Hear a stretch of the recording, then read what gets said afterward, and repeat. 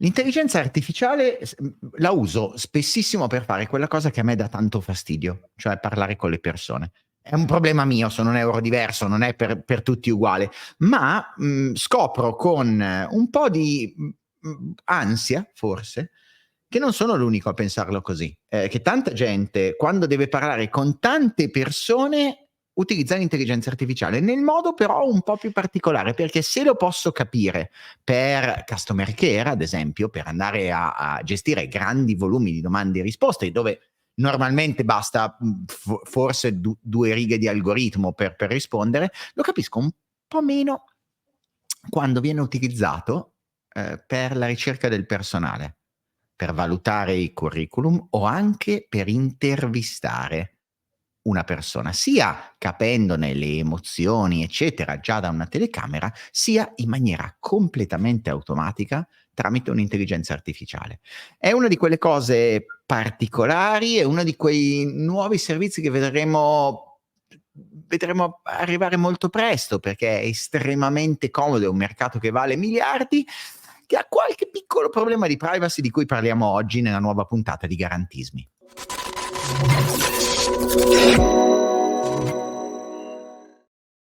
Ciao Guido. Ciao Matteo e ciao a tutti naturalmente. Aspetta che dobbiamo mettere, eccoci qua, con anche il fondo molto meraviglioso.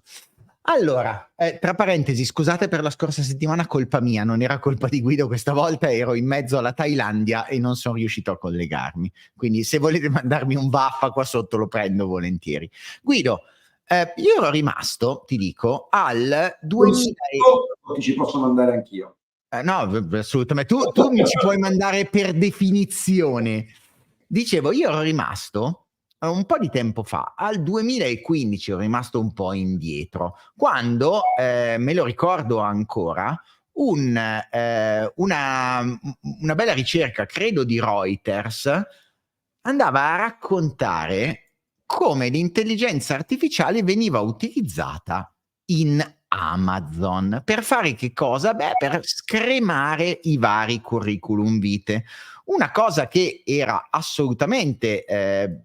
necessaria, mettiamola così, non tanto per chissà quale motivo, aspetta, vediamo se riesco a metterci, oh, eccoci qua, non per chissà quale motivo, ma perché ne ricevevano a fraccate, con un bel risultato. Il bel risultato è stato che si è scoperto che era incredibilmente discriminatoria. Non tanto perché l'intelligenza artificiale discrimina, ma perché era basata su tutti quelli che erano prima i curriculum valutati, che si è trovato essere discriminanti verso persone di colore e donne. Ora, oggi quando siamo arrivati mi hai detto, ho letto un po' di roba, mi sono fatto nel weekend un po' di giri, hashtag, salutando Alessio Pennasilico, hashtag sono preoccupato. Raccontami di più, parlami di LUM. Ma in realtà il punto di partenza è esattamente la storia di Amazon che hai appena menzionato, almeno a voler provare a ricostruirla dall'inizio. Cioè nel 2015 Amazon, pur dotata di capacità tecnologiche, diciamo, pressoché infinite, chiude un progetto che aveva avviato nel 2014, cioè ricevo troppi curricula, solo l'intelligenza artificiale, solo gli algoritmi possono aiutarmi a trovare le risorse migliori da portare in azienda, salvo appunto poi scoprire quello che hai detto tu poco fa, cioè che quegli algoritmi addestrati sulla forza lavoro di Amazon negli ultimi 10 anni, essendo quella forza lavoro significativamente al maschile più che al femminile, si erano persuasi della circostanza che per lavorare in Amazon fosse più indicato un uomo che non una donna. Amazon, lo racconta poi appunto Reuters nel 2018, diciamo fa una scelta responsabile per le ragioni più diverse, che fossero politiche o che fossero di tutela dell'immagine o che fossero le une o le altre o che fosse, diciamo, di dubbi reali sulla possibilità di implementazione tecnica della soluzione al netto di bias, e quindi chiude il progetto, non tanto perché non potesse rimediare all'errore fattore emerso, al fattore di discriminazione emerso, quello di genere, uomo contro donna, ma perché insomma, si ritiene evidentemente non in grado di rimediare in senso assoluto ad altri potenziali fattori di discriminazione, e quindi nel 2015 abbandona il progetto. Ma naturalmente non è la fine dell'applicazione dell'intelligenza artificiale e degli algoritmi a questo tipo di problemi. Problema enorme, problema comune, uno studio del 2021 del Harvard Business School insieme ad Accenture dice il 99% delle prime 500 aziende negli Stati Uniti d'America utilizza nel 21 queste soluzioni. Oggi verosimilmente sarà il 100% di quelle 500 aziende, e il 75% dei professionisti e delle piccole e medie imprese utilizza, sono sempre i dati degli Stati Uniti, sempre secondo Harvard Business School, utilizza analoghe soluzioni. E si dice in questo studio, il cui titolo è abbastanza evocativo, lavoratori nascosti, ci sarebbero 27 milioni di lavoratori negli Stati Uniti a passeggio, pur avendo i requisiti per accedere a alcuni posti di lavoro, per colpa di discriminazioni algoritmiche, per colpa, diciamo, di preselezioni governate integralmente dagli algoritmi, anche se poi, ma insomma, su questo eventualmente torniamo, lo lascio più avanti dire a te. Insomma, noi diciamo sempre per colpa degli algoritmi, insomma, la colpa evidentemente non è tanto degli algoritmi, ma di chi li progetta, di chi li addestra, di chi poi sceglie di utilizzarli. In cosa sarebbe questa responsabilità algoritmica, diciamo, da perdita di occasione di lavoro? Allora, per stare allo studio dell'Harvard Business School, che naturalmente, come dire, non è l'unico e non fa luce sull'intero fenomeno che abbiamo davanti, ma insomma, innanzitutto un'azienda sceglie di utilizzare l'algoritmo nel processo di selezione dei lavoratori, essenzialmente mossa da un'esigenza di efficienza, cioè ricevo centinaia di migliaia di curricula ogni anno, leggerli, esaminarli e trovare i migliori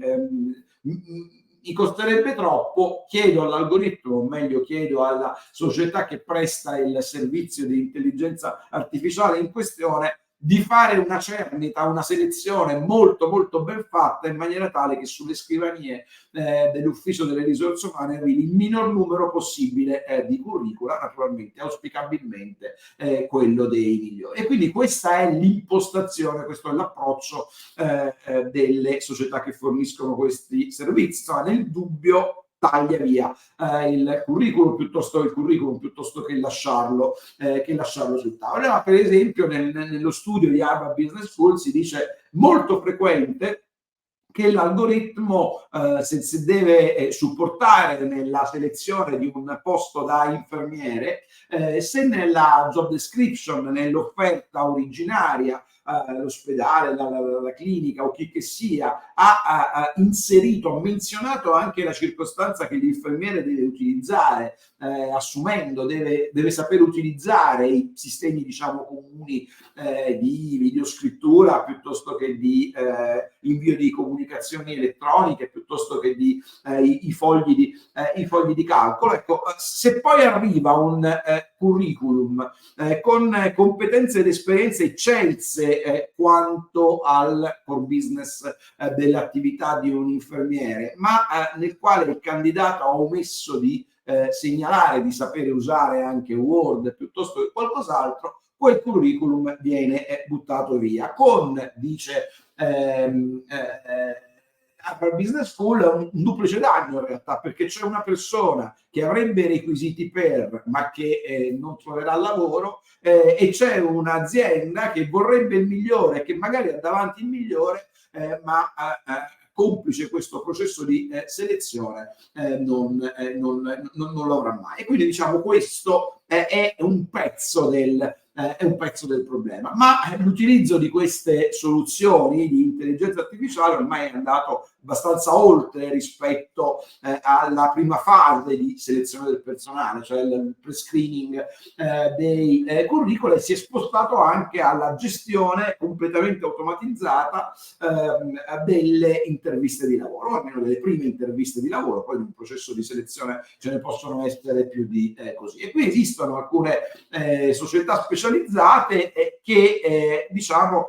esaminano l'intervista che il candidato normalmente registra davanti ad uno schermo, davanti ad una cam, più o meno come nel caso della nostra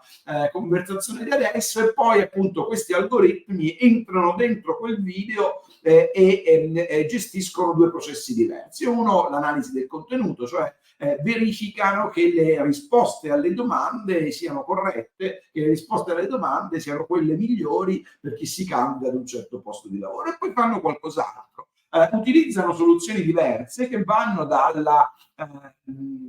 che ruotano intorno tutte quante naturalmente alla biometria, dal riconoscimento facciale in senso lato della mimica al registro della voce, alle pause, al modo in cui ci si muove, per leggere il non detto, e cioè per leggere la circostanza che, a prescindere dalla correttezza in termini contenutistici della domanda, quel candidato sia quello giusto perché è sufficientemente sicuro, o al contrario non sufficientemente sicuro per caratterialmente, o viceversa appare o non appare idoneo a lavorare in team. E qui naturalmente la faccenda si complica moltissimo. Qualche anno fa, nel 2019, EPIC, una delle associazioni non governative americane più attiva dal punto di vista della difesa della privacy, degli altri diritti fondamentali, ha segnalato ad esempio alla Federal Trade Commission, questa società specializzata a review, perché dice: attenzione, abbiamo una società che promette ai suoi clienti di aiutarli a trovare il candidato giusto per un posto di lavoro, tra l'altro leggendo attraverso riconoscimento facciale e anche il riconoscimento vocale le emozioni di queste persone. È una roba che ci preoccupa parecchio, dovreste approfondire. Nel corso di quel procedimento, il review ritorna un po' indietro sui suoi passi, dichiara di abbandonare il ricorso alla tecnologia del riconoscimento facciale, ma di tenere il riconoscimento vocale, andando a caccia di emozioni. Naturalmente dichiara di saperlo fare. Apparentemente la vicenda con la Federal Trade Commission non ha nessun seguito. EPIC rivendica questo risultato e si va avanti, e dopo un po' si scopre però che questa review oggi spopola in giro per il mondo, Italia inclusa. Grandi aziende che operano nel nostro paese la utilizzano, tutto a posto. Insomma, naturalmente questo poi è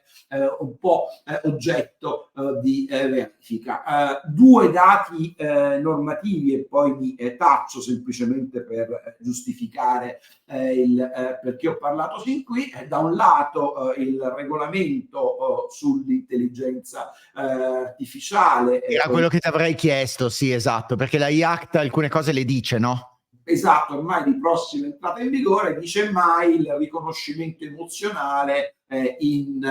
relazione alla gestione del rapporto di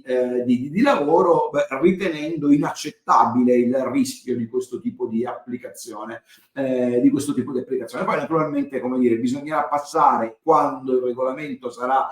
in forza nella sua interezza, dalle parole ai fatti, perché come anticipavi tu, insomma, stiamo parlando di un mercato che già c'è e non di un mercato che verrà, e di un mercato che vale miliardi per chi vende questi servizi e per chi va a caccia di efficienza. E poi c'è il nostro caro, amatissimo GDPR, il quale fissa da sempre, da quando è nato direi, ma insomma la stessa regola c'era anche prima, un principio molto netto, cioè no a decisioni completamente automatizzate, in linea di principio. Sì, in alcuni casi eccezionali, e questo è verosimilmente uno di quei casi eccezionali, la relazione contrattuale, ma comunque garantendo che l'interessato, di fronte ad una decisione algoritmica capace di incidere sulla sua sfera giuridico-economica, possa richiedere all'uomo di intervenire, cioè la revisione umana del procedimento. Qui però, e poi mi taccio, lo stesso studio dell'Harvard Business School ci dice una cosa che in qualche modo deve farci riflettere, cioè ci dice che ovviamente l'inclinazione dei responsabili degli uffici delle risorse umane a rivedere i suggerimenti algoritmici nel processo di selezione del personale è molto molto bassa, molto bassa, principalmente per due ragioni. La prima ragione è rappresentata dal fatto che se sei il direttore delle risorse umane di un'azienda che ha scelto di utilizzare una certa soluzione, che paga per utilizzare quella certa soluzione, insomma, se il tuo sistema di pre-screening ti dice che 60 curricula vanno bene e 40 non vanno bene, ti concentri su 60 e non riscendi a leggerti i 40 che sono stati esclusi. E naturalmente stesso discorso vale per le interviste. E la seconda questione naturalmente è che devi andare a trovare un uomo che rispetto ad una soluzione algoritmica apparentemente in possesso di una capacità di analisi almeno quantitativamente superiore alla sua, dicano no. L'algoritmo si è sbagliato nel dire che se ti assumo tu mi tradirai, o che se ti assumo tu farai saltar per aria il tuo team di lavoro per mancanza di attitudini al lavoro di squadra. Mi prendo io la responsabilità di sconfessare l'algoritmo e di assumerti. Insomma, ecco, questi punti interrogativi credo debbano esserci, anche perché parliamo sempre del rischio dell'intelligenza, che l'intelligenza artificiale ci soffi dei posti di lavoro, ma insomma nel senso di dire i robot ci ruberanno il posto di lavoro. E però a leggere questi studi e queste ricerche la cosa più probabile, l'ipotesi più probabile oggi è non tanto che ce lo rubino quanto che ce lo neghino, suggerendo a qualcuno di non assumerci.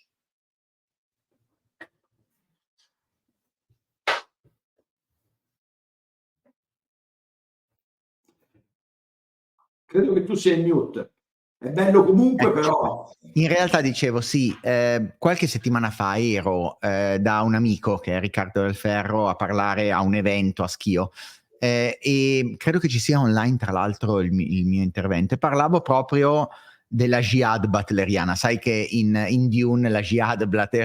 butleriana è la battaglia degli uomini contro le macchine, tutto il mondo di Dune deriva post questa battaglia. Io dicevo che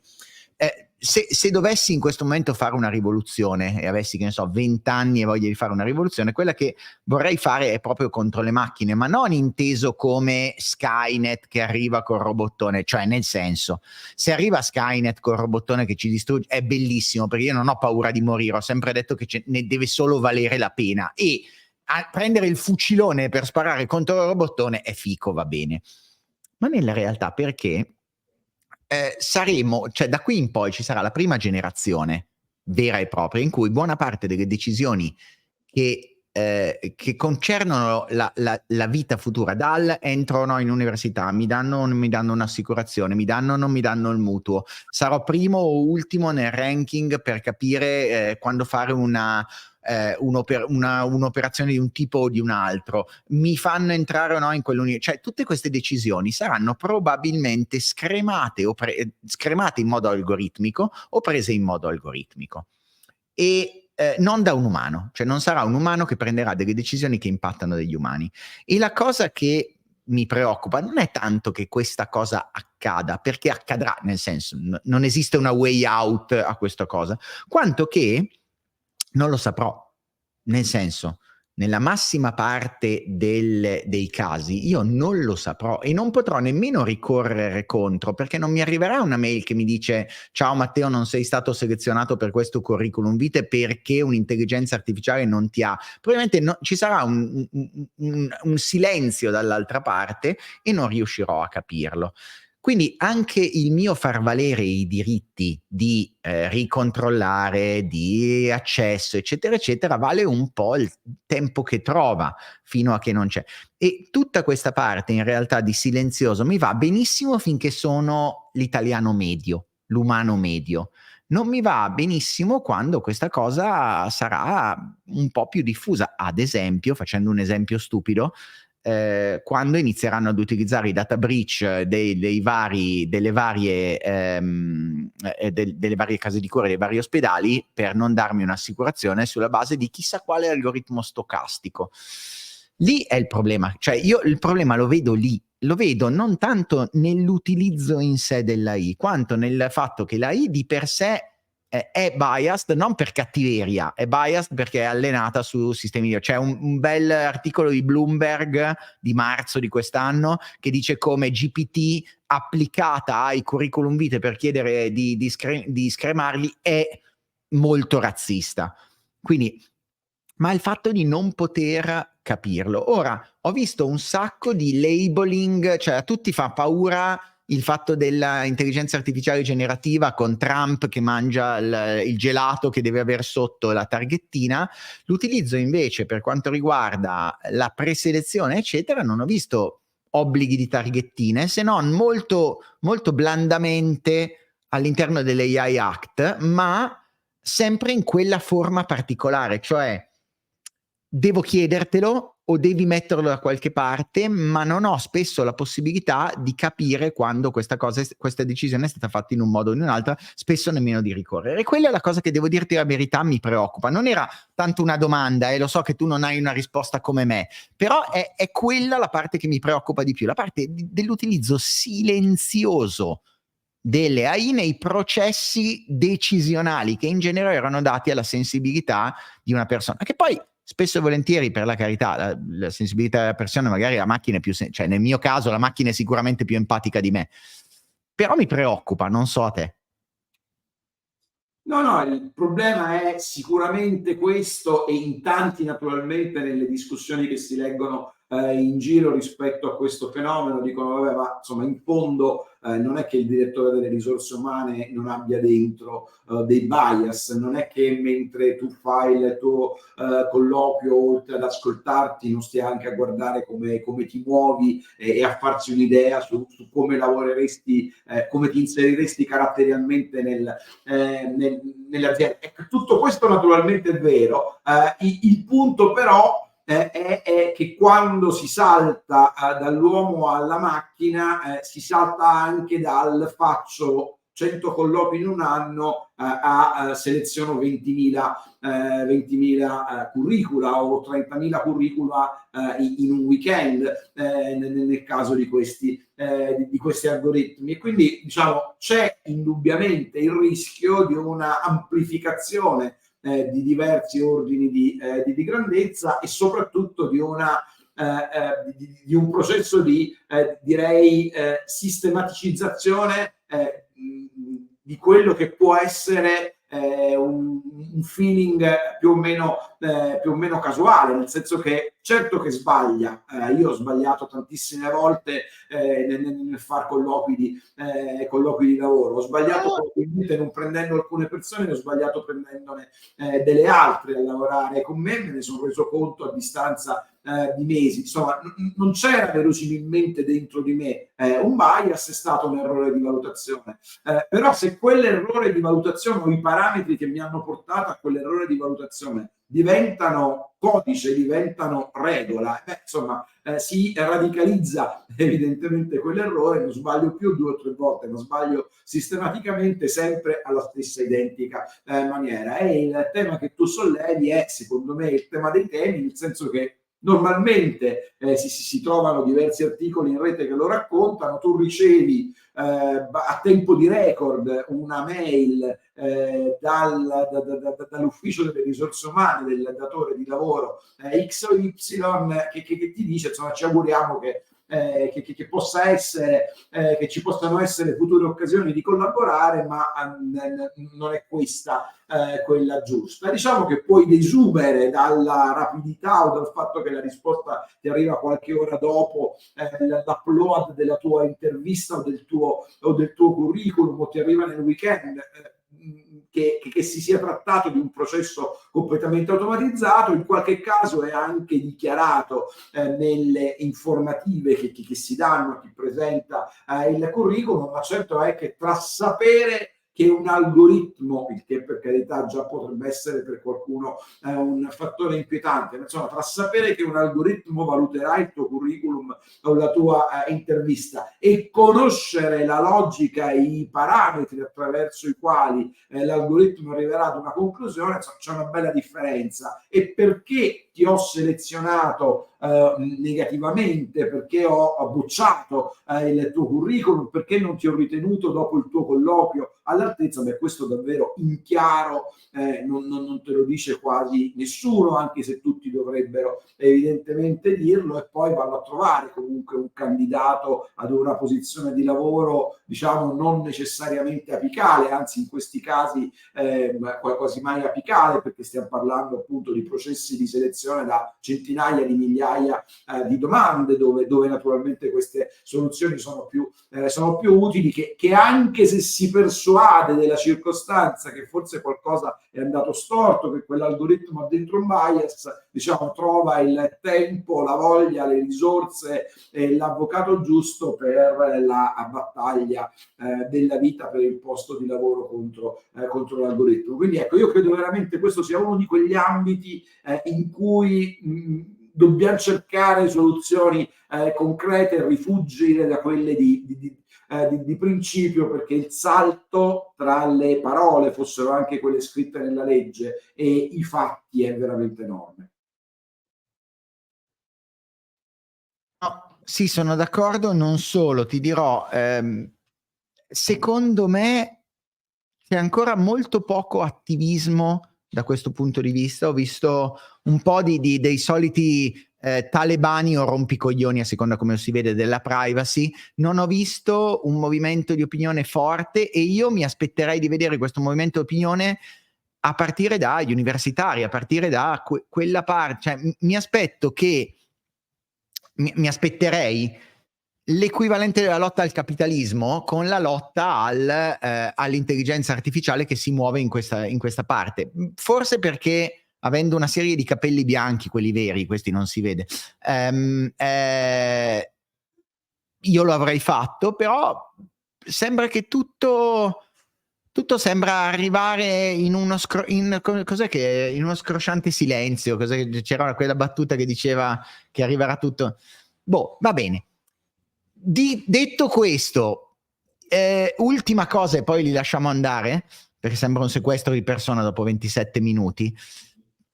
Starei attento, fossi un'azienda, a usare quei sistemi, cioè dal punto di vista della GDPR starei un attimino attento, perché sento odore di sanzioni lontano qualche chilometro. Sono solo io che sento odore di sanzione a caso, o se non si sta attenti il pericolo c'è davvero? Diciamo, è ovvio che è un ambito nel quale il trattamento dei dati personali è particolarmente rischioso sempre, no? C'è il raddoppio della marcatura tra il GDPR e lo statuto dei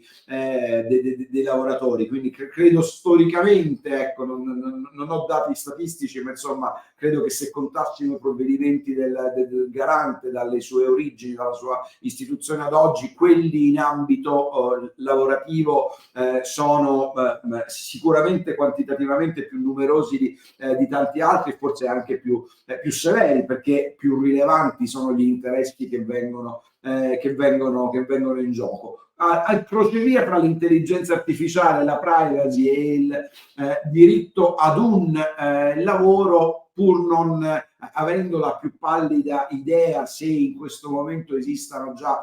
procedimenti avviati presso la nostra autorità o presso altre autorità in giro per l'Europa, però insomma ecco, non faccio neppure io una grande fatica a pensare che sia uno di quei temi dei quali prima o dopo, forse più prima che non dopo, ci troveremo sicuramente a confrontarci ed intervenire. Direi che possiamo chiuderla qui allora, però scriveteci sotto, fateci capire, raccontateci cose. No, scherzi a parte, non è per fare engagement, per capire se almeno ci avete pensato o no. Se volete fare engagement, scrivete sotto qualcosa tipo pipa, va bene. Però tutto qui. Senti Guido, grazie mille. Grazie a tutti e ci vediamo la prossima volta, che adesso non dico più niente. Gesti e Potropaice la prossima volta, ciao a tutti.